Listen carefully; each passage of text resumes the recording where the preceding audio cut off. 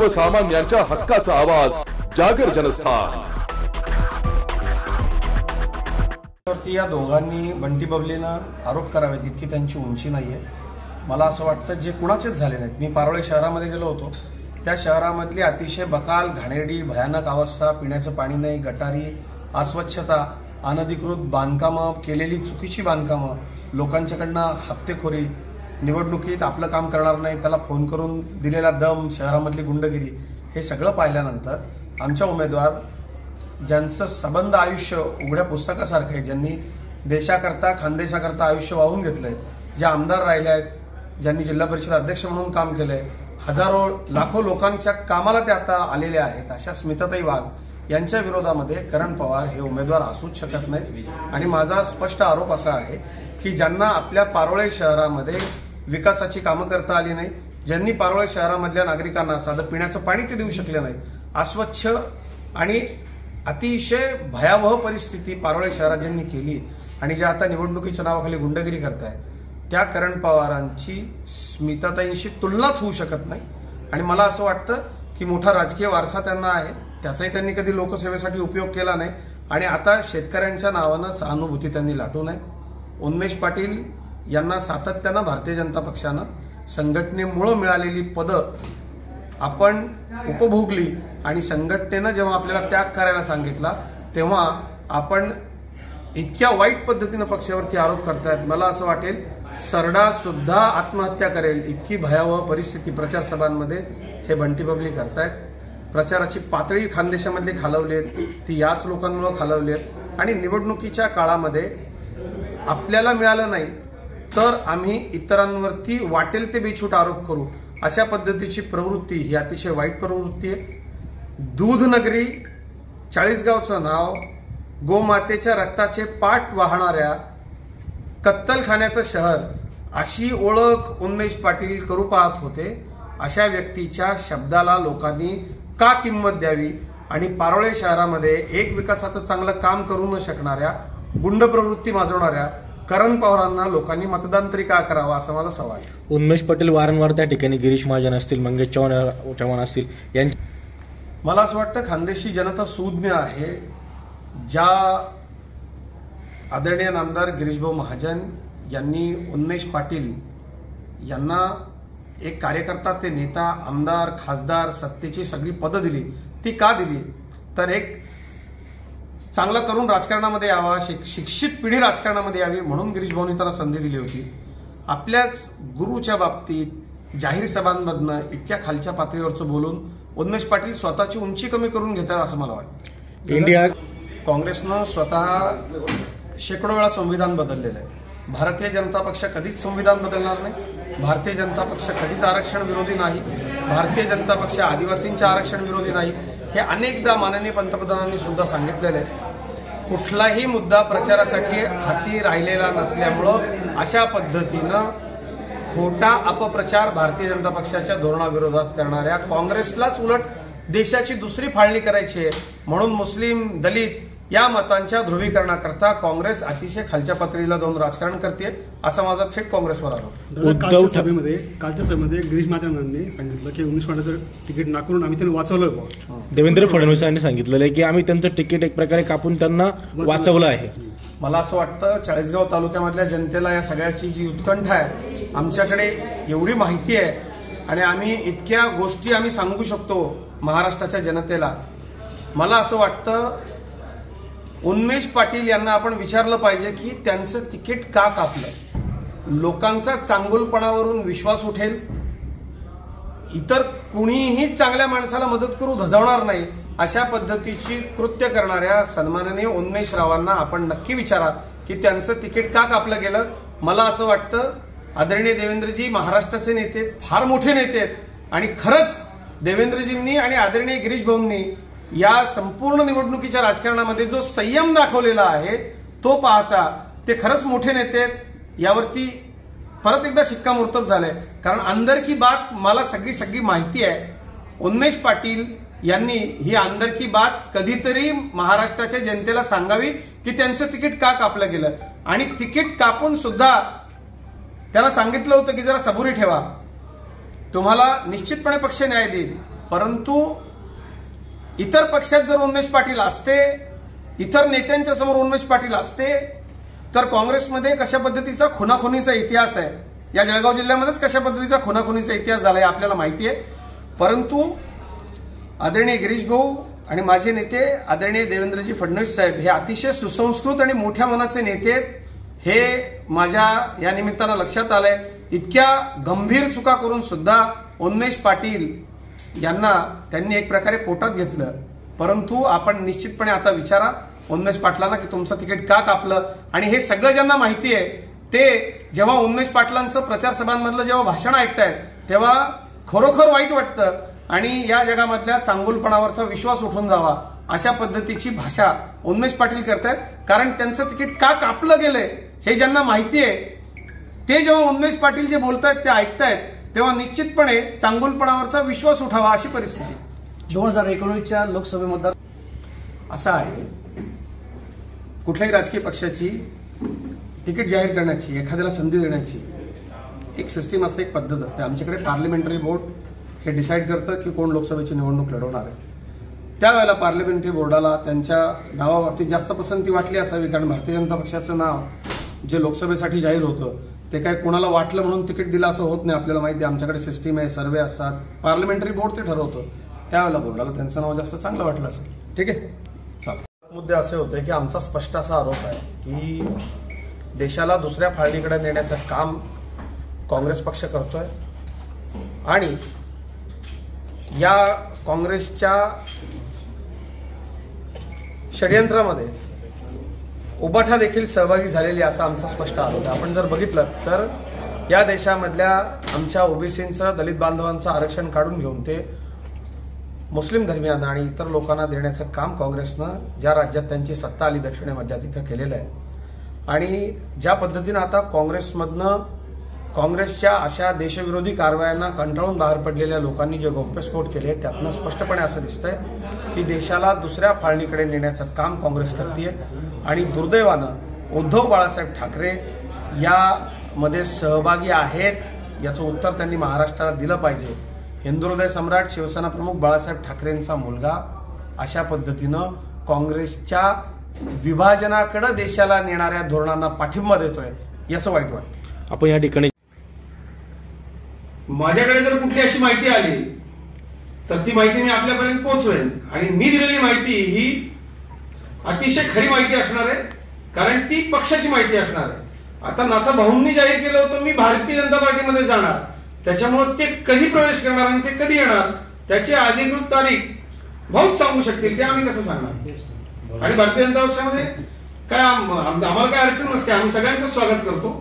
परंतु त्यांना जसं आम्ही गावावर फिरून भारतीय जनता पक्ष मजबूत करण्याकरता फिरतो, परिवार नाही, भारतीय जनता पार्टी आमचं कुठेही आमची जर आमचा उमेदवार असेल तर तो भारतीय जनता पक्षाचा उमेदवार असतो. उद्या आमचे नितीन भाऊ उमेदवार असले तर ते भारतीय जनता पक्षाचे उमेदवार आहेत. त्यांच्या विरोधामध्ये आमचा भाऊ सख्खा जरी उभा राहिला तरी आम्ही त्यांचा प्रचार करणार, कारण ते आमच्या पक्षाचे अधिकृत उमेदवार. तर वय जास्त असलं म्हणजे तुमची निष्ठा अधिक असते अशातला भाग नाही असं माझं व्यक्तिगत मत आहे. त्यामुळं कमळ, भारतीय जनता पक्ष, आमचं नेतृत्व आणि आमची संघटना ही व्यक्तीपेक्षा पक्षश्रेष्ठ आणि राष्ट्रप्रथम अशी मानणारी आहे. त्यामुळे मला असं वाटतं की निष्ठा या शब्दाचा योग्य अर्थ समजून घेऊन भाजपमध्ये येणारे अतिशय चांगल्या पद्धतीने पुनःप्रवेश करतील. मग त्यामध्ये नवीन आलेल्या लोकांनी आम्हाला सांगू नये, वय कमी असलेल्यांनी बोलू नये असं अजिबात नाहीये. त्यामुळे आम्ही नवीन आणि जुने म्हणजे जुनी दारू आणि नवी दारू या दोघांची आम्ही अतिशय चांगल्या पद्धतीनं घेतल्यानंतर माणसाची काय परिस्थिती होती आम्ही बघतोय. त्यामुळं निष्ठा म्हणजे या सत्तेच्या झिंगेपेक्षा पक्षाचं काम करण्याची निष्ठा जी आहे ती आम्हाला अधिक महत्वाची वाटते. आणि मला पूर्ण खात्री आहे म्हणजे गेलेल्यांना सुद्धा कसं परत यावं लागलं नाक घासत आपण बघताय. त्यामुळे हे जी मंडळी आहेत यांची या निवडणुकीनंतरची परिस्थिती आपण पाहाल, कारण शेतकरी, सर्वसामान्य आणि या खानदेशातली जनता यांना नाकारेल. आणि मला असं वाटतं की भारतीय जनता पक्षाची संघटना मोठी आहे, यांना आमदार, खासदार ही जी सगळी पदं आहेत ही भारतीय जनता पक्षाच्या संघटनेमुळे मिळाली होती. काय असतं की त्याला गाडी घालून चालणाऱ्या कुत्र्याला असं वाटतं मी गाडी ओढतोय, त्यामुळे त्यांनी हा गैरसमज मनातून आता तरी काढून टाकावा. सर्वसामान्य भारतीय जनता पक्षाचा कार्यकर्ता खेडोपाडी फिरला, त्यांना अतिशय कष्ट केले म्हणून तुम्हाला ही पदं मिळाली होती, हे विसरू नका. मला या गद्दारांना आवर्जून सांगायचंय. आणि आमचे वरिष्ठ असो किंवा ही नवीन मंडळी असो, निष्ठा ही भारतीय जनता पक्षाचे कार्यकर्ते अतिशय चांगल्या पद्धतीने ओळखतात. त्यामुळे निष्ठेनं राहा, निष्ठेत राहा. महायुतीची जागा तिथं नाही. तुमचे तुम्ही प्रचार करा, मग तुम्ही पाठिंबा दिला ना त्यांना. अगदी स्पष्टपणे सांगायचं तर ती उमेदवारी त्या उमेदवारीचा भारतीय जनता अशी चर्चा आहे पूर्ण नाशिक कुठेही परिसरात असा की संबंध नाही. गोडसेंना पाडण्यासाठीच ते उभं केलं गेले बुवा. आणि ते तुमचा जाहीर मुळामध्ये एकेका जागेसाठी संघर्ष करणारे समोरचे लोक.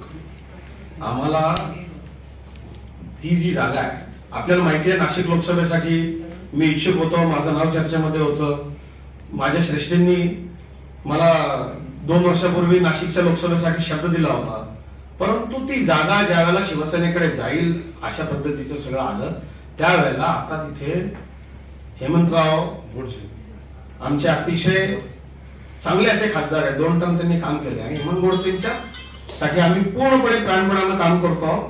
हेमंत गोडसे हे महायुतीचे म्हणजेच मोदीजींचे उमेदवार आहेत. त्यामुळं महाराजांना भारतीय जनता पक्षानं कुठल्याही प्रकारची रसद पुरवली आहे अशा कंड्या किंवा अशा बातम्या जर कोणी पसरवत असेल तर त्या खोट्या.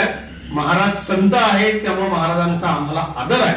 परंतु 2दा तयारी करून देखील पाहिजे तसा राजकीय पक्षांचा प्रतिसाद न मिळाल्यानं यावेळी महाराज अजिबातच माघार घेण्याच्या मनस्थितीत नाही, असं माझं राजकीय कार्यकर्ता म्हणून आकलन आहे.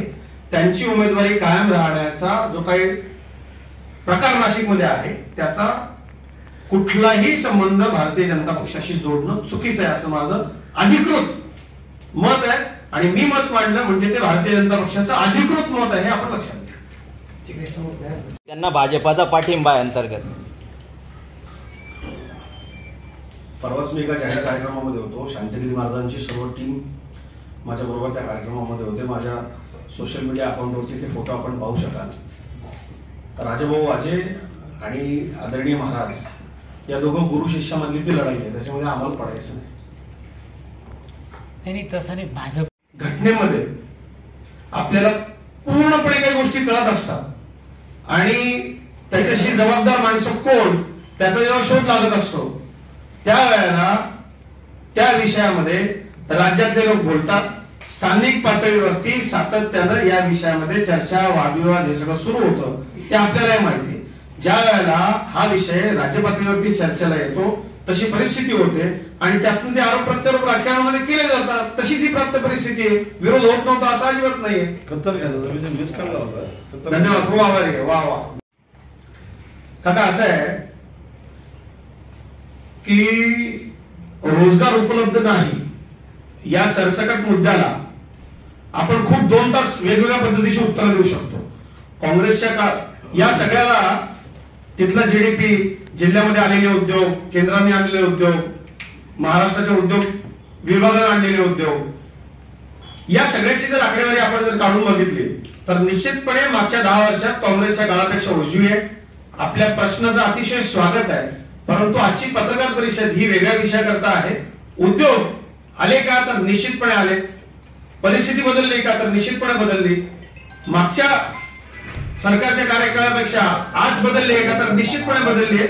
त्यामुळं तुलनात्मक दृष्ट्या आज परिस्थिती समाधानकारक असं मी म्हणेन.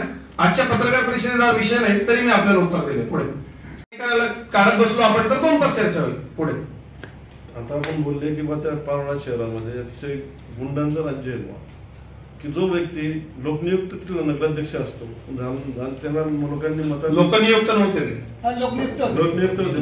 पहिले माहिती तर घ्या. मग तो असा माणूस गुंड कसं काय होऊ शकतो? त्याला निवडून दिलं कसं काय होऊ शकतो? लोकनियुक्त असा आहे.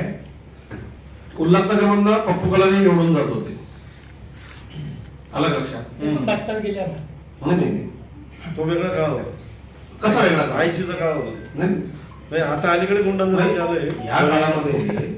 या काळामध्ये उत्तर नाही. यांचं उत्तर होऊ देत नाही.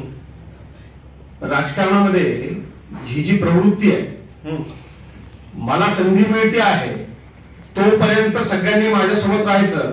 मला संधी नाकारली आणि ती तुम्हाला अन्यायकारक वाटत नसेल तर मी तुम्हाला तुमच्या मनासारखं करू देणार नाही, अशी जी प्रवृत्ती आहे याला झुंडशाही आणि गुंडशाही म्हणतात. ती तिथं सुरू आहे. आत्ता वारं फिरल्यानंतर आणि परिस्थिती बदलल्यानंतर हा माझा आरोप आहे आणि त्याच्यावरती मी ठाम. आता ते काय कसं लोकांनी काय निवडून दिलं याची उत्तर मला वेगळं म्हणतो. तुम्ही नका बोलू आम्हाला. आम्ही अनेक महत्वाचे रिपोर्ट्स त्याच्या माध्यमातून पाहत असतो. मला लोकांना हेच सांगायचं आहे की ही निवडणूक धार्मिक ध्रुवीकरण करण्यासाठी म्हणून विरोधकांकडून वापरली जाते आहे. धार्मिक स्थळामध्ये लोकांनी जमण्याकरता कुठली बंदी नाहीये, परंतु प्रार्थनेसाठी जमणाऱ्या लोकांना त्यांची माथी भडकवून एक गठ्ठा मतदान आपल्या पदरात कसं पडेल याकरता प्रयत्न करणाऱ्या, धर्माचा बाजार करणाऱ्या डोंकावळ्यांपासून सगळ्यांनी सावध राहण्याची गरज आहे. दुर्दैवानं कुठल्याही कायद्यात तरतूद नाही, आपण हे थांबवू शकत नाही. पण विरोधक अशा पद्धतीनं धार्मिक ध्रुवीकरण करून एक गठ्ठा मतदान भारतीय जनता पार्टीच्या विरोधात आणि नरेंद्र मोदीजींच्या विरोधात कसं होईल याचा प्रयत्न करतायत असा माझा स्पष्ट आरोप आहे. आणि देशाला दुसऱ्या फाळणीकडे नेणारं काँग्रेसचं जे षडयंत्र आहे त्या षडयंत्रामध्ये उभाटा सुद्धा सहभागी झाली आहे. आणि आपण बघा, म्हणजे ठिकठिकाणी बघा जिथे विशिष्ट समाजाचं एक गठ्ठा मतदान आहे ती मंडळी आज काय करते, ते उभाटाला काय चिटकून आहेत. आणि सत्तेसाठी उद्धव ठाकरेंनी इतकं लाचार व्हावं हे बाळासाहेब ठाकरेंच्या मुलाला हे कुठलं धार्मिक स्थळ बा नेमकं? हिंदू, मुस्लिम, शीख, ईसाई नेमकं कुठलं धार्मिक स्थळ? नाही, मी ज्या पद्धतीने मी सांगतोय ते त्याच्यानुसार आपल्याला स्पष्ट होतंय की मशिदींमधून अशा पद्धतीचा प्रचार केला जातोय. तो थांबला पाहिजे. त्याचा वापर अशा पद्धतीने धार्मिक स्थळांचा वापर निवडणुकीत मतांचं ध्रुवीकरण करता व्हायला नको. बरं, तुम्ही आता मगाशी सांगितलं की आम्ही चुकीच्या माणसांवर विश्वास ठेवला तिकीट देऊन, करण पवार, उन्मेष पाटील, असं तुम्ही म्हटलं आता की आम्ही चुकीच्या माणसावर विश्वास ठेवला. आता तुमच्या पक्षात जे राष्ट्रवादी इतर पक्षात आहेत मग तुम्ही आता त्याच्यावर विश्वास ठेवूनच घेतलाय का? कुमार साहेब कांडेकर नाही, माझं फक्त आपल्याला सांगणं इतकंच आहे की मनोहरराव, राजकीय कार्यकर्ते किंवा कुणी माणूस आपण मार्क्स किंवा इतर दुसऱ्या घरावरून आणू शकत नाही. आमचा माणसामधल्या चांगुलपणावरती विश्वास आहे. इंडियन आर्मीमध्ये जसा एखादा प्लेन मुलगा सहभागी होतो आणि त्याला ट्रेन केलं जातं तसं भारतीय जनता पक्षामध्ये आमच्या संघटन मंत्री आणि इतर आमची जी व्यवस्था आहे त्यातनं कार्यकर्ता घडवला जातो, ट्रेन केला जातो. आम्ही कुणालाही घेतलं तरी तो आमच्यासारखं काम करेल अशी आम्हाला अपेक्षा असते. तसेच ध्येयवादी कार्यकर्ते आम्ही घडवतो. त्यामुळे मला असं वाटतं की राजकारणामध्ये भारतीय जनता पक्ष बेरजेवर विश्वास ठेवतो, तो वजाबाकीवर विश्वास ठेवत नाही. त्यामुळं कोण कुठल्या धर्माचा आहे, कुठल्या जातीचा आहे, कुठल्या पक्षातून आलेला आहे हा भेदाभेद आम्ही करत नाही. आम्ही सर्वसमावेशक. आता तुम्ही यांना घेतलं. दुःख आणि वाईट याकरता वाटतं की माझ्या शहराची ओळख कत्तलखाना असलेलं शहर व्हावं याच्यासारखं दुर्दैव आहे. मित्रहो, आपण प्रश्न विचारले पाहिजे. आणि या दोन मंडळींच्या बाबतीमध्ये खरोखर भारतीय जनता पक्षाला पश्चाताप व्हावा अशी परिस्थिती आहे. कारण आम्ही चुकीच्या माणसांवर आम्ही विश्वास ठेवला असं मला वाटतं.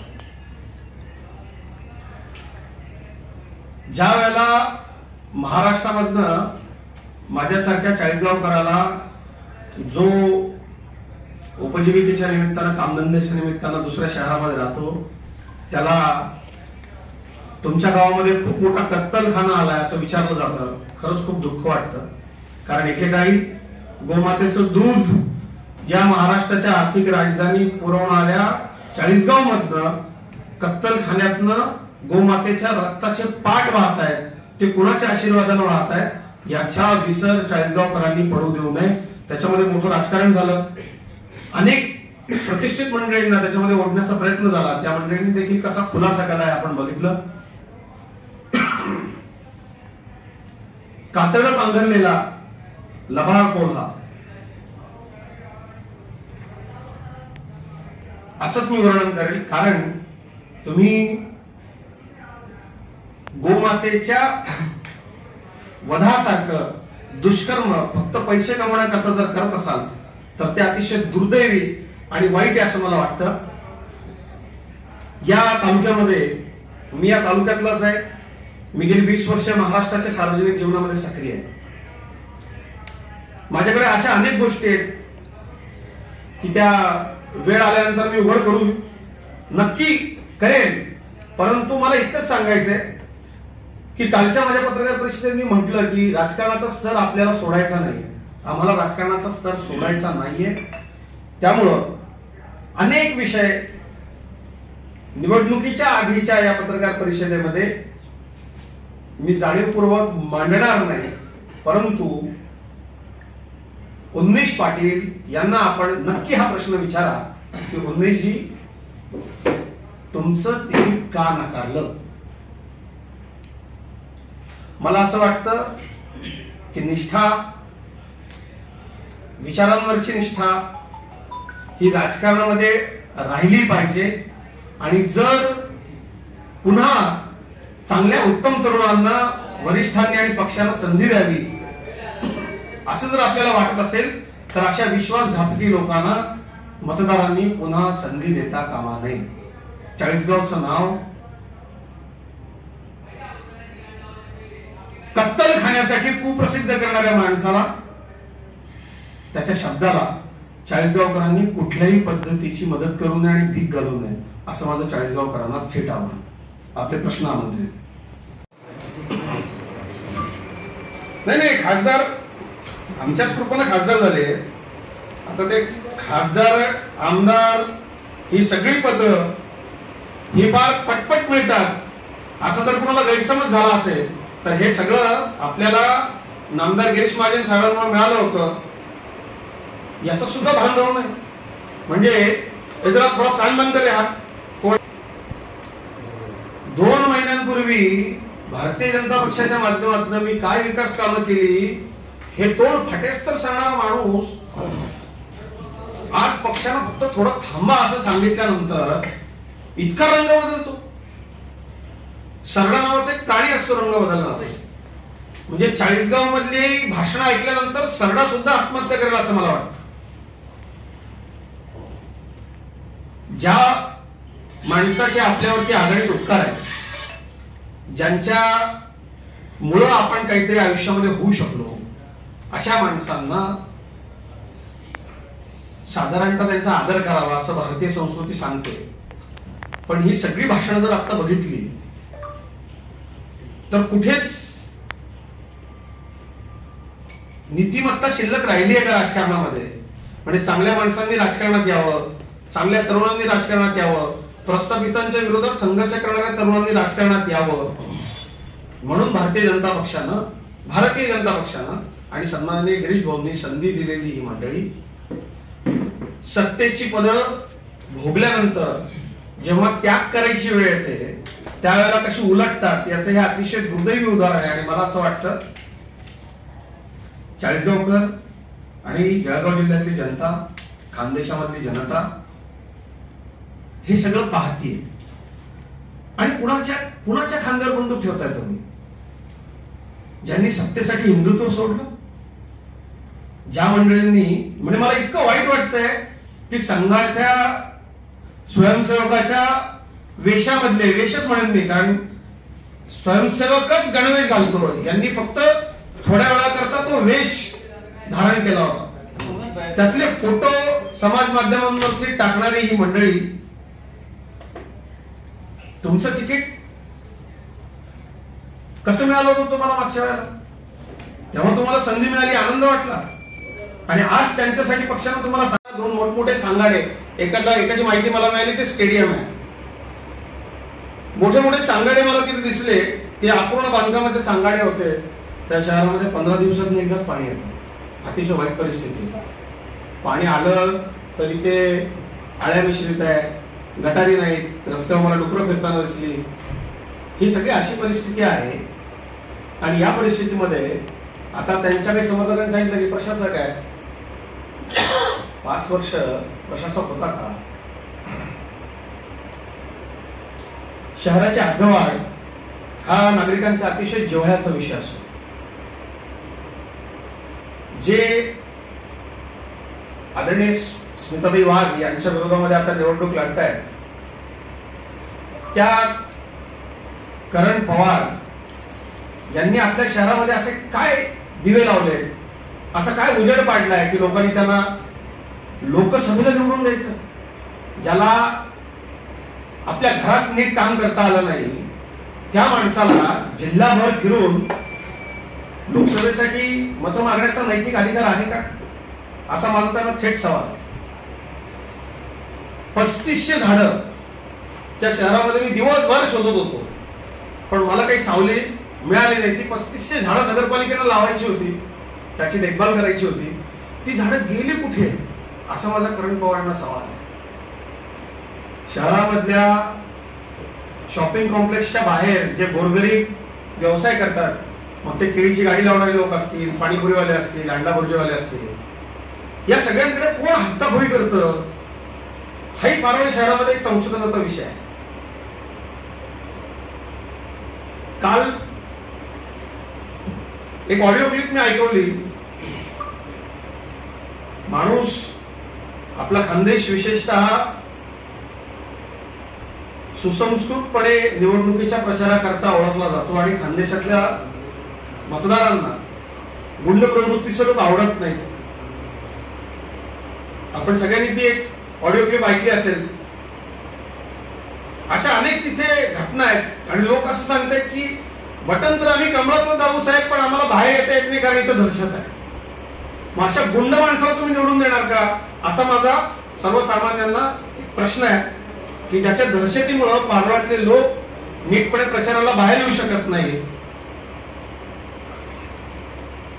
या सगळ्या परिस्थितीला पाहिल्यानंतर माझी एक गोष्ट अशी लक्षात आली की आजोबा आमदार, काका मंत्री, वडील माजी सभापती, आई माजी सदस्य, बायको माजी सदस्य, आपण स्वतः नगराध्यक्ष आणि तरुण तडफदार शेतकऱ्यांचा प्रतिनिधी. अरे तोंडात सत्तेचा चमचा घेऊन जन्माला आलेलं बाळ आहे ते. हे कधीपासून तरुण तडफदार आणि शेतकऱ्याचा कळवळा असणारे झाले.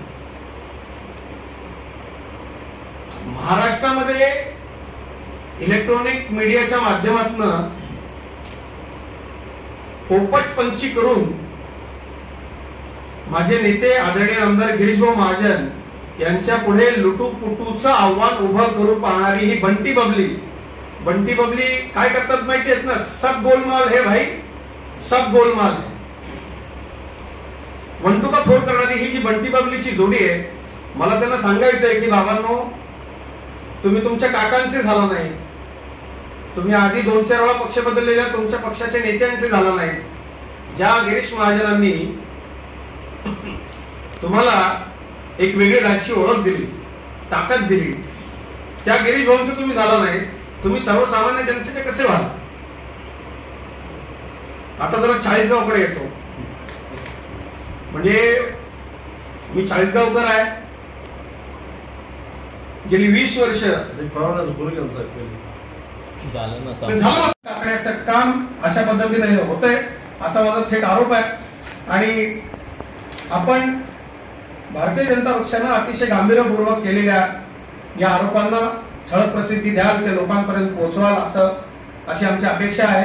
माझं थेट असं म्हणणं आहे की भारतीय जनता पक्षानं सबका साथ सबका विकास अशा पद्धतीची हाळी देत आम्ही सर्व धर्मांच्या सोबत, सर्वांच्या सोबत, सर्व जातींच्या सोबत, सर्व वर्गांच्या सोबत. मोदींनी सांगितलं की या देशामध्ये फक्त कामगार, महिला, कष्टकरी, शेतकरी याच जाती आहेत आणि असं आम्ही मानतो. परंतु काँग्रेस ज्या पद्धतीनं अतिशय खालच्या पातळीवरती जाऊन धार्मिक ध्रुवीकरण या देशामध्ये करू पाहतीये. या देशामधल्या विशेषतः माझ्या मुस्लिम बंधू भगिनींचा फक्त मतपेटी म्हणून काँग्रेसने इतकी वर्ष वापर करून घेतला. आपण जर बघितलं असेल, भारतीय जनता पक्षानं ज्या ज्या